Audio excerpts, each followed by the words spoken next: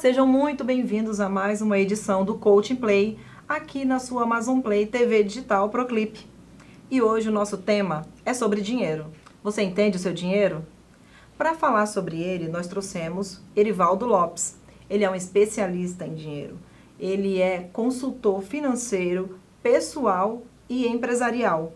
Erivaldo vai falar para a gente sobre o que é inteligência financeira. Seja bem-vindo, Erivaldo. Obrigado, Kátia. Muito prazer estar aqui com você. Erivaldo, fala pra gente, para começar o nosso bate-papo, o que é inteligência financeira? Kátia, a inteligência financeira, ele é a capacidade que nós temos de lidarmos com a situação de onde nós estamos e até onde nós queremos chegar. Né? São as minhas estratégias, as minhas artimanhas, né? As minhas práticas que vão me conduzir a um caminho desejado. Então, inteligência financeira é lidar com o que eu tenho, com o que eu quero ter e aí trabalhar as minhas estratégias. Mas para isso eu preciso desenvolver um hábito, né, Erivaldo? E como é que acontece? As pessoas, elas desenvolvem primeiro a inteligência financeira ou só desenvolvem a inteligência financeira depois que tem uma determinada quantia em mãos? Qual a melhor forma de desenvolver a inteligência financeira? Primeiro tendo dinheiro ou buscando entender, aprender a lidar com o dinheiro? Não, às vezes pode ser que a inteligência financeira esteja no hábito da pessoa que involuntariamente ela não percebeu que estava tendo prática de inteligência financeira. Isso pode ter sido um dom natural dela conseguir ganhar dinheiro. Mas isso não significa que ela também não tem capacidade de perder dinheiro. Muitas pessoas ganharam dinheiro, muitas pessoas perderam dinheiro. E muitas pessoas que não tinham dinheiro passaram a ter dinheiro e seguraram a sua prática do dinheiro. Ou seja, a inteligência financeira também está ligada não só a ganhar dinheiro, mas você alcançar o seu patamar e manter-se naquele patamar para cima e nunca para vir para menos. Ou seja, ser inteligente financeira é a sua forma de você conseguir a sua meta, ou como empresário, ou pessoalmente falando, e se manter nesse nível para cima. Nunca regredir. Foi muito bom você falar sobre ganhar e perder. Porque quando você subentende que quando você tem inteligência financeira, você perdeu, mas você aprendeu a lidar, aprendeu a ganhar. Então, você vai conseguir novamente, vai recuperar, na verdade, o nível financeiro em que você estava? Sim, veja bem. Quando você fala de inteligência financeira, é a sua capacidade de lidar com os erros e com os acertos na questão financeira. Mas isso também está ligado na sua inteligência emocional. Então, você está ligado às suas emoções, aquilo que te causa, que te automotiva, aquilo que te traz vontade de ganhar, vontade de vencer. Mesmo que você, ao tentar conseguir alguma coisa, não deu certo, você não baixar a cabeça, você não regredir, não se entender como um incapaz. Não, você caiu, levantou a cabeça e prosseguiu. Não significa insistir com a mesma prática. Pode ser que você volte um pouco e repense, reflita e prossiga por uma outra estratégia. Isso é inteligência financeira. Porque você está lidando, você está ao mesmo tempo com vontade de acertar, está errando, mas está tendo a resiliência, a capacidade de se adequar novamente para conseguir novas estratégias e conseguir avançar. Uhum. Isso está ligado à sua capacidade emocional de lidar com as situações. Ok. Erivaldo, me fala uma coisa. Você tem os números de endividamento brasileiro, das famílias brasileiras? Olha, Kátia, hoje, atualizado? Hoje, pelos dados mensais que a Confederação Nacional do Comércio divulga, juntamente com o IBGE, pelo menos 62, de 62 a 65 a média mensal de famílias brasileiras endividadas, com um nível de pelo menos 20%, não só endividadas, como inadimplentes, ou seja, pessoas que reconhecem a dívida, mas não têm capacidade de quitar suas dívidas, né? Que vivem naquela chamada correria dos ratos, né? Uhum. Ou seja, sempre correndo atrás do prejuízo, né? Ou seja, sempre está correndo atrás do que comer, não se guarda nada para amanhã, sempre está... É como se você tivesse assim vendendo o almoço para comprar janta ou vice-versa, né? Ou seja, as pessoas estão correndo atrás sempre de alguma coisa que não está conseguindo dar conta.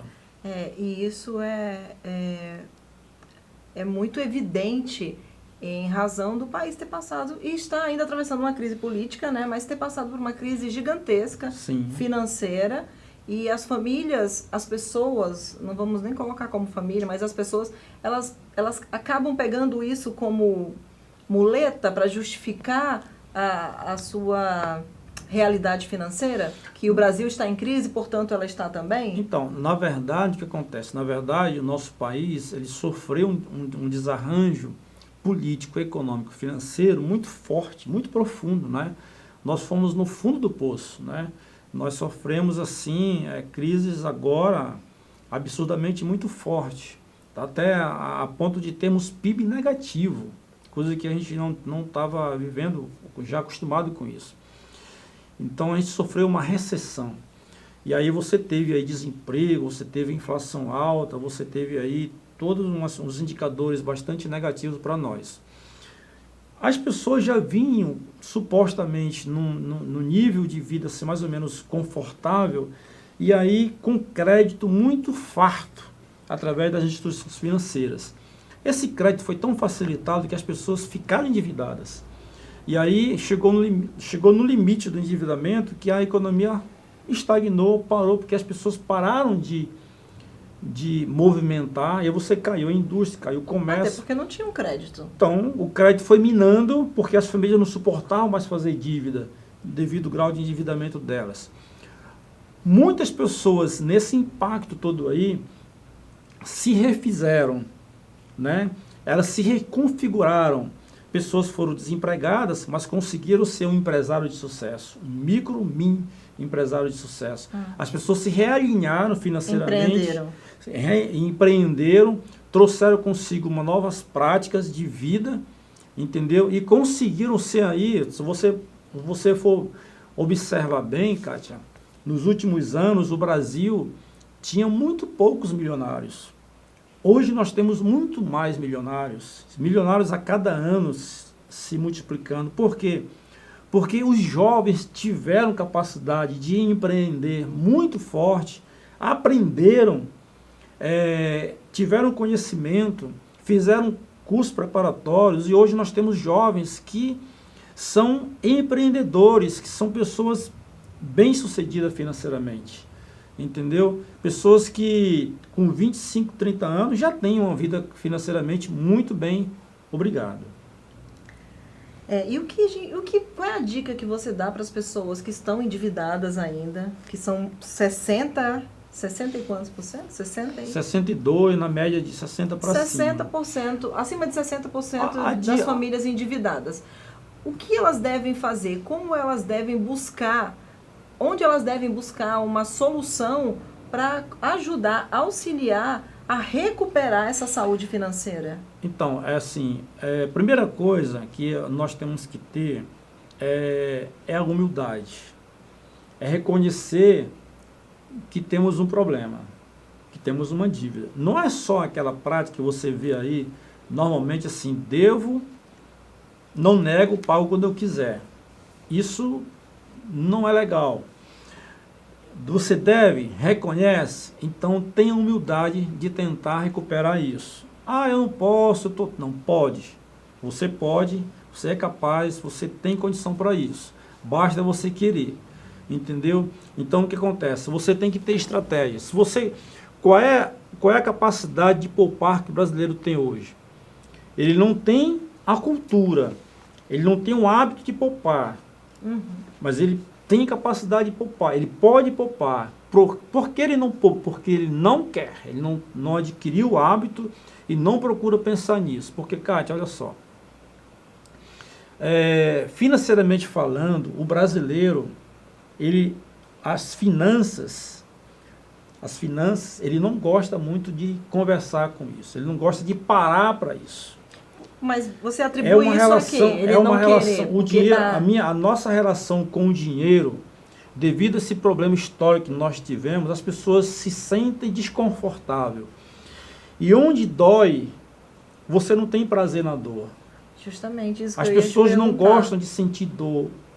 A nossa vida com o dinheiro do brasileiro foi muito mais dolorosa do que prazerosa, ou seja, causa muito mais dor eu parar para pensar com as minhas finanças do que prazer. Por quê? Porque nem tudo que eu quero eu posso. O meu nível de endividamento é muito maior do que o meu nível de capacidade de pagamento. E isso me traz uma certa frustração, uma decepção, e isso me faz com que eu não pare para isso. Então, como que eu saio do endividamento? Eu posso fazer um planejamento de como sair desse passo negativo da minha vida. Primeiro, eu tenho que reconhecer quem sou eu financeiramente. E poucas pessoas sabem quem elas são. E como é que elas sabem quem são? Quando elas fazem um mapeamento, um diagnóstico da sua situação financeira. Por exemplo, eu pergunto para a Cátia, pergunto para o Erivaldo aqui, eu pergunto para nós, a senhora que está assistindo lá, o nosso colega lá, ou a nossa amiga que está nos assistindo, quem você é financeiramente? Como é que eu vou saber quem sou financeiramente? Coloque no papel quanto que você custa por mês.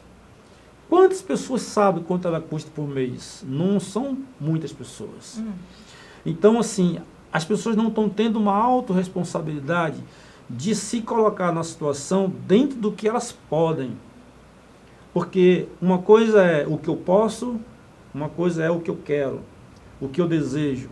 Então, essa capacidade de nós darmos com situações adversas dentro das finanças é uma capacidade que nós temos, é uma situação que a gente pode adquirir e mudar os hábitos. Ser inteligente é mudar hábitos para conseguir melhores resultados.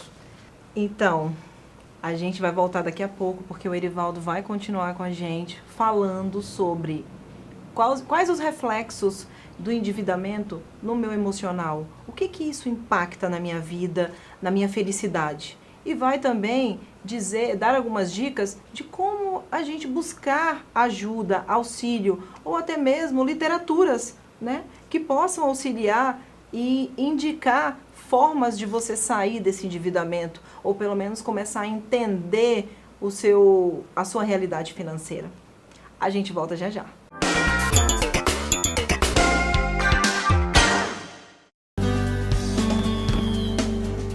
Manaus tem a tradição de receber bem seus turistas, assim como o Da Vinci Hotel. Com uma localização privilegiada, a poucos metros do maior shopping da cidade e amplo espaço para eventos empresariais e social, o Da Vinci Hotel é sinônimo de conforto e bons serviços. Em Manaus, hospede-se no Da Vinci Hotel.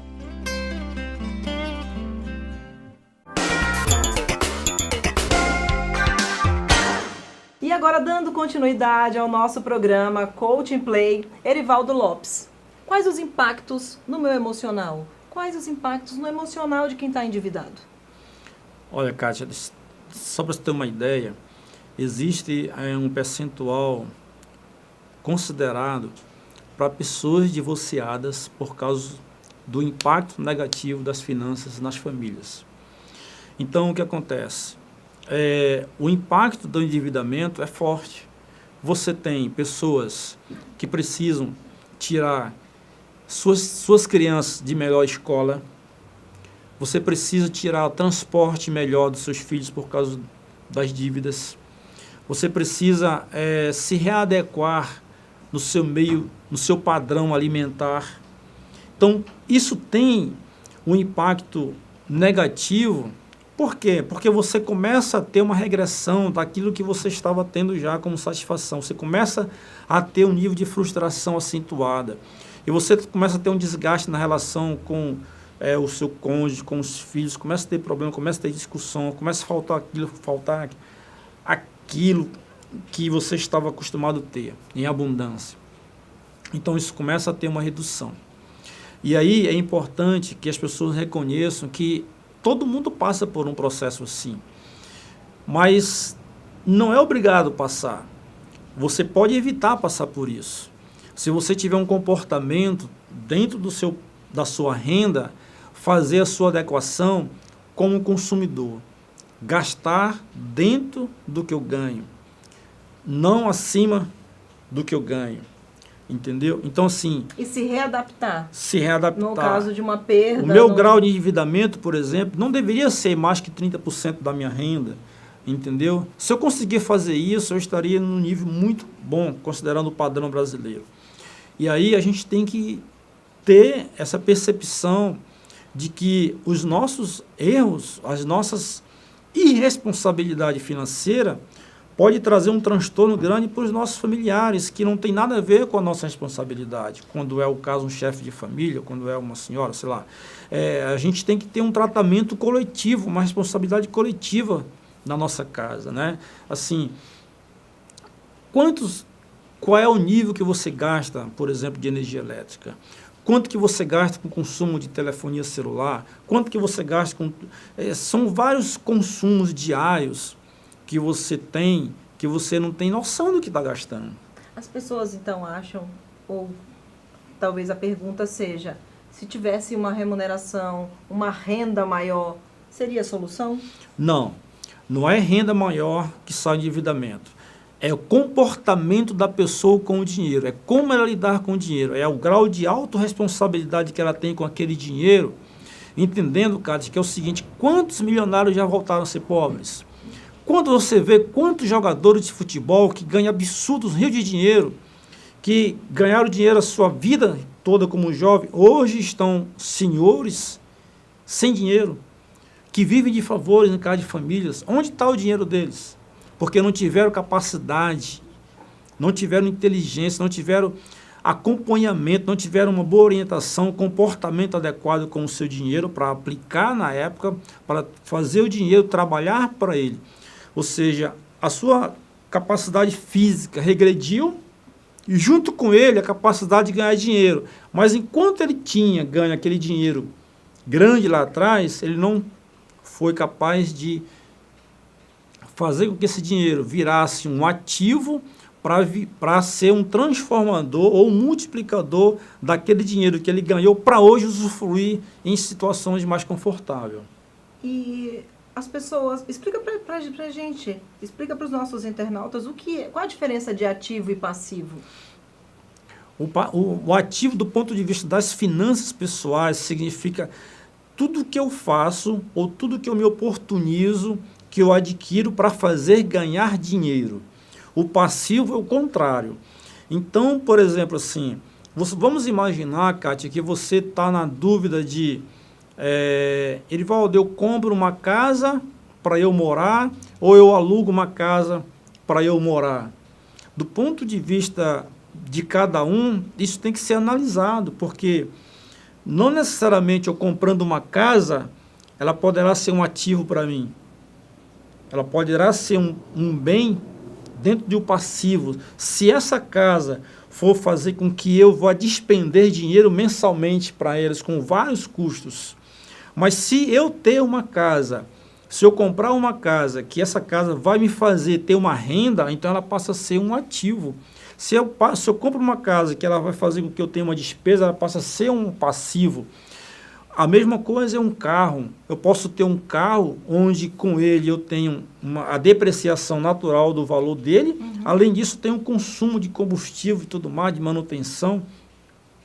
Então, eu tenho uma despesa com ele, então ela está no meu passivo. Mas se eu tenho aquele automóvel, aquele carro, onde eu alugo para alguém e aquele carro me traz uma renda, aquele carro, ele no primeiro momento foi um passivo que está se transformando em ativo para mim.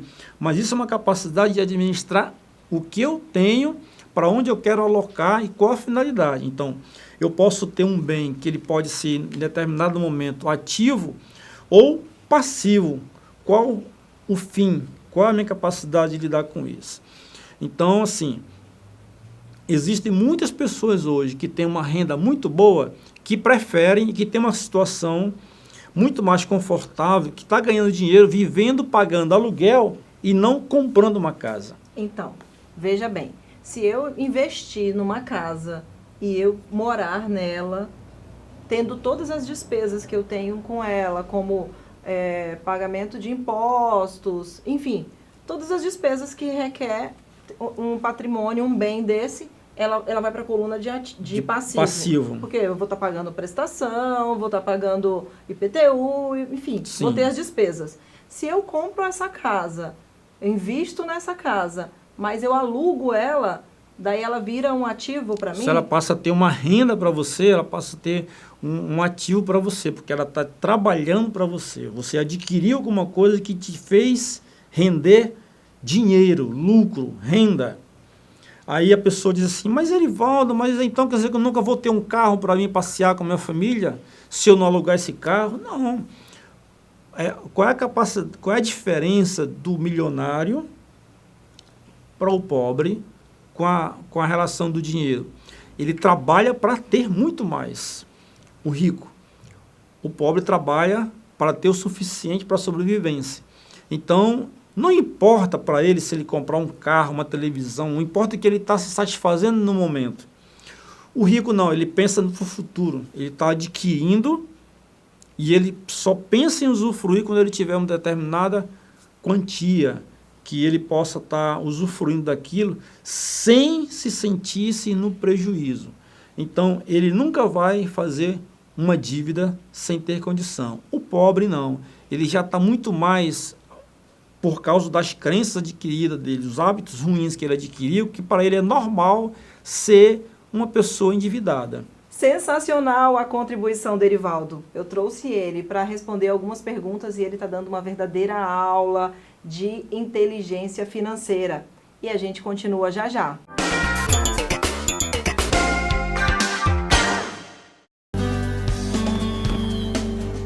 Manaus tem a tradição de receber bem seus turistas, assim como o Da Vinci Hotel. Com uma localização privilegiada, a poucos metros do maior shopping da cidade e amplo espaço para eventos empresariais e social, o Da Vinci Hotel é sinônimo de conforto e bons serviços. Em Manaus, hospede-se no Da Vinci Hotel.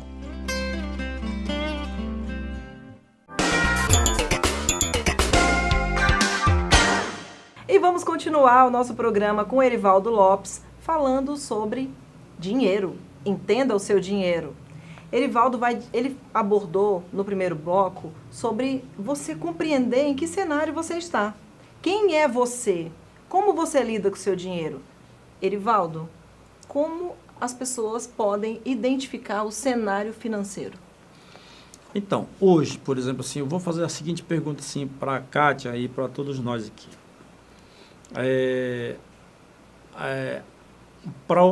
Considerando o seu desejo, o seu prazer, o que você gostaria de ter, com aquilo que você tem hoje, você está satisfeito? Você está feliz?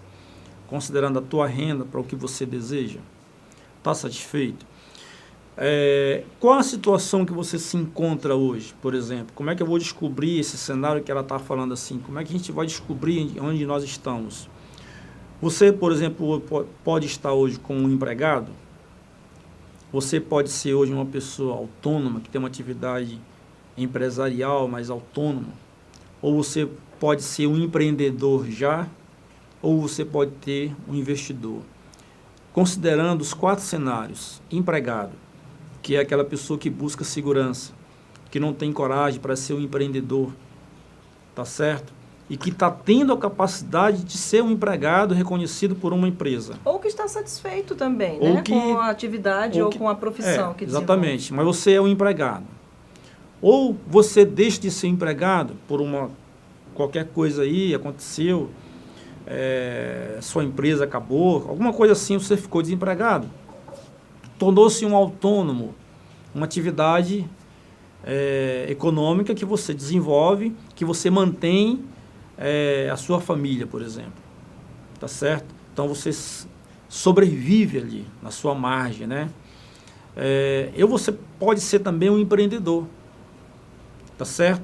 Você pode ter uma capacidade, descobriu-se que tem capacidade para ser um empreendedor, e você tornou-se um empreendedor e mantém o seu negócio em alta. Tá certo? Ou você pode ser um investidor. Desses 4 cenários, empregado, autônomo, empreendedor ou um investidor, em quais desses você se encontra? Num desses você está. Tá certo? Então, Aí, Kátia, a pessoa tem que se perguntar, a atualidade dela hoje, no cenário econômico, em que ela está representada. Empregado, autônomo, empregador, que é o empreendedor, ou o investidor. Agora, como cada um deles lidar, depende do objetivo de cada um. O grau de satisfação. O grau de satisfação. Eu posso estar satisfeito como empregado, porque eu tenho aquele meu salário no mês.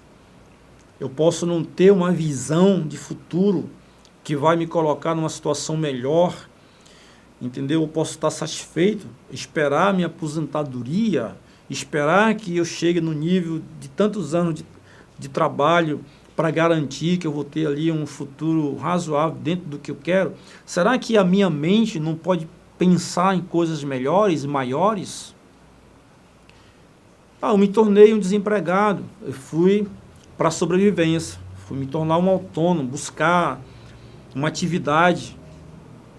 De repente me tornei uma pessoa representante de alguma franquia, né? Mesmo que seja autônomo. Mas assim, você está satisfeito em ser autônomo? Não, não estou satisfeito. Eu quero ser um empreendedor, quero arrojar mais. Então busque isso. Busque as instituições, né? Busque essa capacidade, essa vontade que você tem de encontro à sua capacidade, que provavelmente você tem também. Então tem instituições como o Sebrae, como associações que possam buscar lhe capacitar, fazer curso preparatório para você ser um empreendedor. Ou até um consultor, um coach, né, financeiro. Exatamente. Ou busque um profissional liberal que possa lhe dar orientação, um consultor financeiro, um coach, entendeu? Dentro de um coach de carreira, onde possa descobrir de você que tem uma grande potencialidade para fazer aí uma carreira bem sucedida. Ou você pode ser um desses três, você pode ser um autônomo, você pode ser um empregado, pode ser um empreendedor, mas não é investidor. E aí está a diferença. E vale ressaltar, né, complementando a fala do Erivaldo, que não tem nada de errado se você for um empregado, se você estiver satisfeito. É o que você tem para o momento, é a sua capacidade. O que vai valer aí, o que vai fazer a diferença é como você se sente, é o seu grau de satisfação, tá? Porque eu conheço algumas pessoas que são empregadas, né, são funcionários públicos e investem. E não tem nada de errado nisso. E outras pessoas já preferem enveredar por outras atividades desse quadrante. Esse quadrante é para você conseguir se ver em como você está, de que forma você pode melhorar. E identificando o teu cenário financeiro, fica mais fácil para você dar o próximo passo. Ou não, você não precisa se você não quiser. Erivaldo, nós estamos finalizando a nossa entrevista. Eu estou muito grata pela participação de todos vocês, pela audiência de todos vocês, todos os internautas que compartilham, que curtem. Esse tema foi muito pedido, sobre dinheiro, como lidar com dinheiro, o que eu faço com o meu dinheiro, o que eu faço com as minhas dívidas, né? E pedindo ajuda mesmo. E o Erivaldo voltará aqui em outras oportunidades, né? Ele já está convidado aqui, voltará em outras oportunidades para abordar outros temas que já foram pedidos também para a gente. Erivaldo, agora deixa para a gente, deixa para os nossos internautas o seu contato, fala um pouco de você, por favor. Então, Kátia, eu primeiro quero te agradecer pelo convite, né, de estar aqui contribuindo, e eu me coloco à disposição para futuras outras vezes. Quero dizer que eu tenho plena satisfação de contribuir sempre do que eu posso, ajudar as pessoas, orientar na medida do possível, tá certo? A gente está agora conseguindo aí uma pós-graduação, estou como pós-graduando em Master Coach, onde a gente vai tratar dessas áreas aí, de business, finanças. Eu quero me enveredar por esse caminho para ajudar pessoas, para ajudar as pessoas a se encontrarem, a se tornarem pessoas mais felizes, mais satisfeitas com as suas finanças, conseguindo lograr a sua perspectiva, resultado satisfatório para a sua família, né, ter um futuro muito melhor, porque isso com certeza ajuda não só a ela, não só a sua família, como ajuda também o nosso país. A gente precisa muito de pessoas bem-sucedidas financeiramente, porque as pessoas, as famílias ajustadas, a gente pode ter um país mais ajustado. Ok, agora deixa o teu telefone, teu e-mail. O meu e-mail é econ, de economia até a letra N de navio, econ.erivaldo@gmail.com. E o meu WhatsApp é 98170 4519. Muito obrigada, Erivaldo, pela tua contribuição, por essa aula de educação financeira. Acredito eu que muitas pessoas, assim como eu também, aprenderam muito, né? Até se identificar, saber quem é você. Encerramos essa edição do Coach Play aqui na sua Amazon Play TV Digital Proclip. Com muita gratidão no coração, sabendo que não só aprendi, como contribuí também sobre educação financeira. Entenda o seu dinheiro. Eu sou Kátia Nogueira. Até a próxima!